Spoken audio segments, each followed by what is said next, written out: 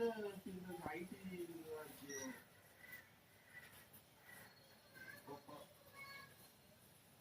அப்படியா? சரி சரி சரி. இல்லை எனக்கு நான் அதாவது நான் ஐடி நாட்டுக்கு தான் இருந்தேன், அமெரிக்காவில் இருந்தேன் 1 வருஷம். அப்புறம் இப்போ தான் டெக்னிக்கல் ஃபீல்டுக்கு வரலாம் அப்படின்னு சொல்லிட்டு